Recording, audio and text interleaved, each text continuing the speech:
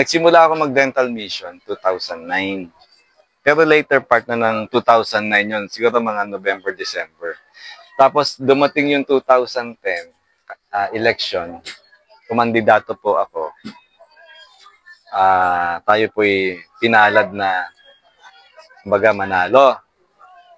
Ngayon, yung dental mission natin, tinuloy-tuloy ko lang po, lalo na nung naging konsihal na po ako. So, sabihin natin 2010 ang start ng dental mission hanggang ngayon.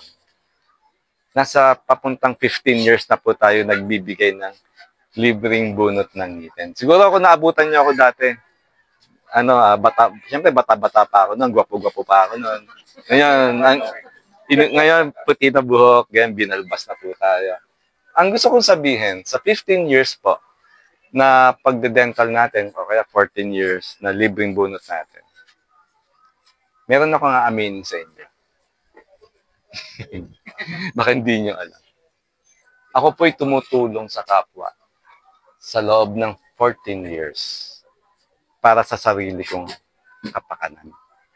Sa loob-loob ko, pag ako'y kumandidato, sure win. Kasi nakakadaupang palad ko kayo, nakakatulong tayo, mismo mga kamay ko ang nagbubunot.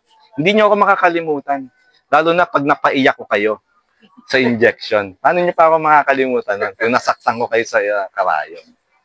Pero gusto kong sabihin sa inyo ngayon na no longer I, but Jesus Christ ang maitataas tuwing magde-dental mission tayo sapagkat ihahayag ko yung kanyang mensahe sa inyo. Sasamantalahin ko yung pagkakataon na bago ko kayo bunutan, ipapahayag ko ang kanyang word o kanyang salita. Ano po yan? Ano po yung kanyang mensahe? Sabihin nyo, sabihin nyo ng OA ako, o kaya makaisipin nyo ang OA ko, pero sa totoo, ito po yung laman ng puso.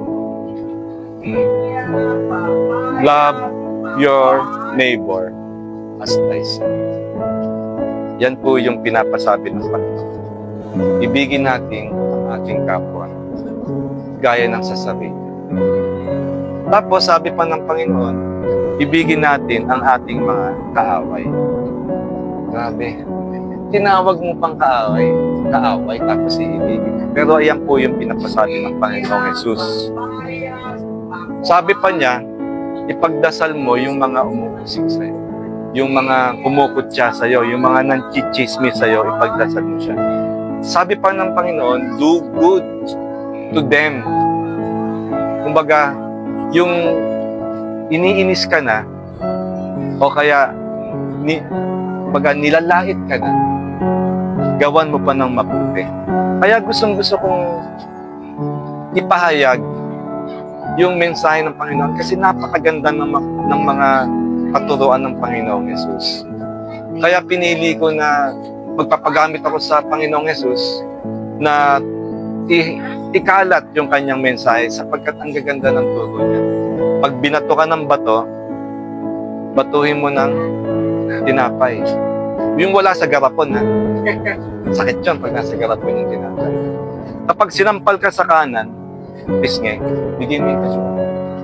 Pag kinuha yung balabal mo, bigay mo yung kumot mo. Ayan po. Yan po yung pinapasabi ng Panginoon. Ang gusto natin sabihin pa, kapag meron kang pag-ibig sa kapwa, alam niyo ba yung pag-ibig? Alam natin pag-ibig kung ano, pero pag yan in-expound natin, pag pinalawak natin, sabi ang pag-ibig ay patient. Love is kind. Pag patient, ibig sabihin mahaba pasensya mo. Pag kind, babait ka sa kapwa mo kahit ginagawang ka na, kahit makulit na yung jowa mo. Pero ang haba ng pasensya mo. Kahit yung mga ayaw na ayaw mong ugali ng jowa mo, mahaba kasi pasensya mo kasi mahal mo siya. Sabi, love is not, hindi ka madaling magalit, hindi ka madaling mairita. Halimbawa, sino ba may, halimbawa yung magulang mo, makulit. Halimbawa yung lola mo, ay yung magulang mo makulit na. Kasi pulyangin na. Kung mahal mo yung lola mo, ayaw maligo, yung tipong gano'n. May nakita kasi ako, pinapaliguan yung lolo, pinaltok pa ng, di ba? Kasi parang naiksi na siguro yung pasyensya ng anak. Kumbaga, ayun, madali nang mairita. Umiiyak na yung nanay sa pagkapaligo, napaltok pa ng tabo. Ayaw kumain, sinungal na yung bunganga, yung kutsara. Ayaw kumain ng matanda. Pero ang sinasabi ng Panginoon, love is patient. Hindi madaling mairita. Tapos love does not insist on its own. Sabi, yung, kunyari, yung kung ano yung gusto mo, i-insist mo, hindi daw ganun yung pag-ibig. Kumbaga, meron kang, halimbawa, sa usaping mag-asawa, kung sinabi ng asawa mo, magsaing ka ng bigas, ikaw, ginawa mo naman, nagawa ka ng ng pasta, yung tipong ganun. Kasi gusto mo yung sarili mo lang. Hindi daw ganun ang pag-ibig. Ngayon, ang sinasabi pa ng Panginoon, kapag meron kang pag-ibig sa kapwa, magiging mahabagin ka. Sa English, meron kang compassion. Kung ikaw ay mahabagin sa kapwa, halimbawa may nakita tayo, halimbawa taong grasa. Halimbawa walang makain, payat na payat. Kung may pag-ibig ka sa kapwa, kakambal niya pagkahabag. Pag nahabag ka sa kapwa mo, na nakita mo nangangailangan ng tulong, iaangat mo yung daliri mo. Tatayo ka sa pagkakahiga mo at tutulong ka sa kapwa. Maaaring bigyan mo siya ng tinapay, baka hindi pa kumakain yung taong klase na yun. Yung pamilya niya wala dito sa lugar niya. Pwedeng ibigyan mo siya ng tubig, baka nauuhaw siya. Ayan yung gusto ni Kristo. Kaya tinuturo ng Panginoong Hesus sa atin yung pagiging mahabagin sa kapwa. Kasama ng mahabagin sa kapwa, meron kang pakialam sa kapwa. Yun na nga din po yan. Magkakakambal yan. Meron kang malasakit sa kapwa. Ngayon, ang gusto natin sabihin, kapag meron kang pag-ibig sa kapwa, kakambal niyan, meron kang pagkahabag sa kapwa. Pag meron kang pagkahabag sa kapwa, magiging generous ka. Maglalabas ka. Sa mga birthday nga, naglalabas tayo. Pero hindi lang tayo dyan magiging generous. Pati sa pangangailangan ng kapwa natin.